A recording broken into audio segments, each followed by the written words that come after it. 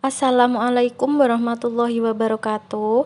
Halo teman-teman, bertemu lagi dengan saya Indah Ayu Suryaningrum. Saya peserta Latsar CPNS Kabupaten Jepara tahun 2022, kelas 2A, kelompok 2.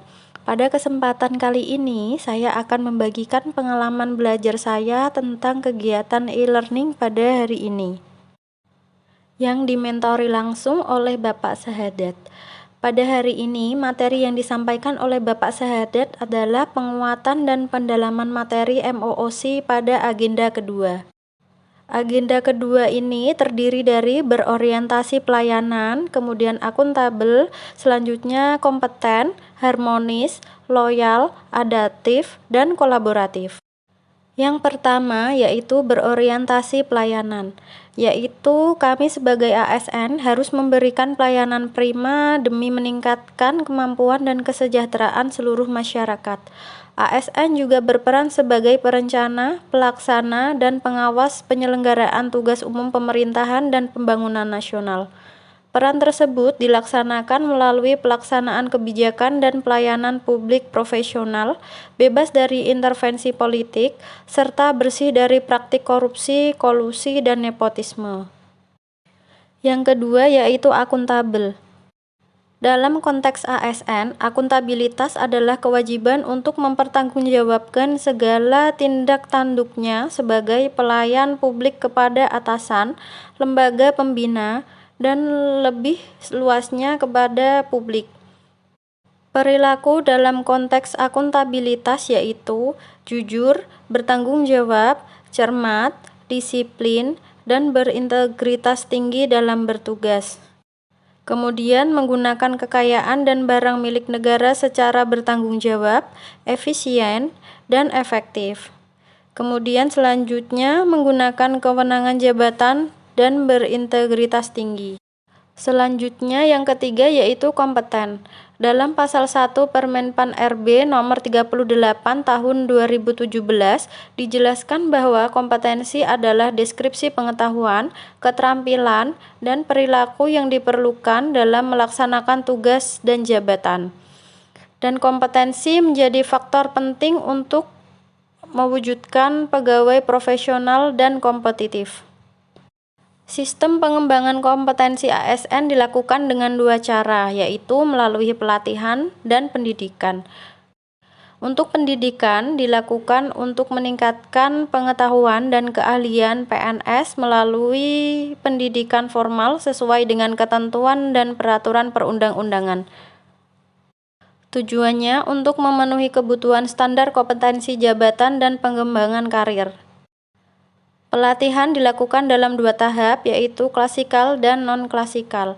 Klasikal yaitu pembelajaran tatap muka di kelas, sedangkan non-klasikal adalah melalui e-learning, bimbingan di tempat kerja, pelatihan jarak jauh, dan sebagainya. Yang paling lama dilakukan 1 tahun dan pelaksanaannya dikoordinasikan oleh LAN dan BKN. Selanjutnya adalah materi yang keempat yaitu harmonis. Sebagai pelayan publik, setiap ASN harus senantiasa bersikap adil dan tidak diskriminasi dalam memberikan pelayanan kepada masyarakat. ASN harus bersikap profesional dan berintegritas dalam memberikan pelayanan, tidak boleh mengejar keuntungan pribadi atau instansi belaka. Tetapi pelayanan harus diberikan dengan maksud memberdayakan masyarakat, menciptakan kesejahteraan masyarakat yang lebih baik. Materi yang kelima adalah loyal. Bagi ASN, kata loyal dapat dimaknai sebagai kesetiaan, paling tidak terhadap cita-cita organisasi dan lebih-lebih kepada NKRI.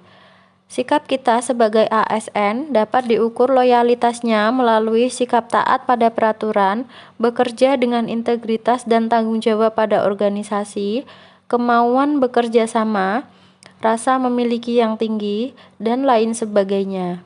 Core value ASN yang dimaknai bahwa setiap ASN harus berdedikasi dan mengutamakan kepentingan bangsa dan negara dengan panduan perilaku yang pertama, memegang teguh ideologi Pancasila, Undang-Undang Negara Republik Indonesia tahun 1945, setia pada NKRI, serta pemerintahan yang sah. Yang kedua, menjaga nama baik ASN, pimpinan instansi, dan negara.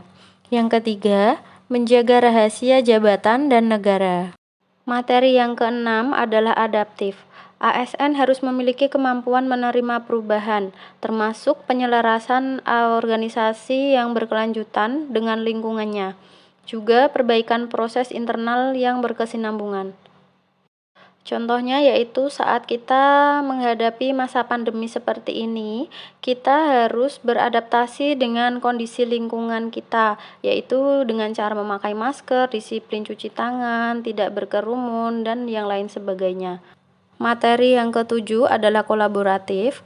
Kolaboratif governance adalah sebuah proses yang melibatkan norma bersama dan interaksi saling menguntungkan antar aktor governance, yang mencakup kemitraan institusi pemerintah untuk penyelenggaraan publik. Kolaboratif governance menekankan semua aspek yang dimiliki kepentingan dalam kebijakan membuat persetujuan bersama dengan berbagai kekuatan. Contohnya, saat di rumah sakit, perawat melakukan kolaboratif dengan tenaga medis yang lainnya seperti dokter, ahli gizi, dan yang lainnya untuk memenuhi kebutuhan pasien di rumah sakit. Sekian review pembelajaran hari ini yang bisa saya sampaikan. Kurang lebihnya saya mohon maaf. Terima kasih. Wassalamualaikum warahmatullahi wabarakatuh.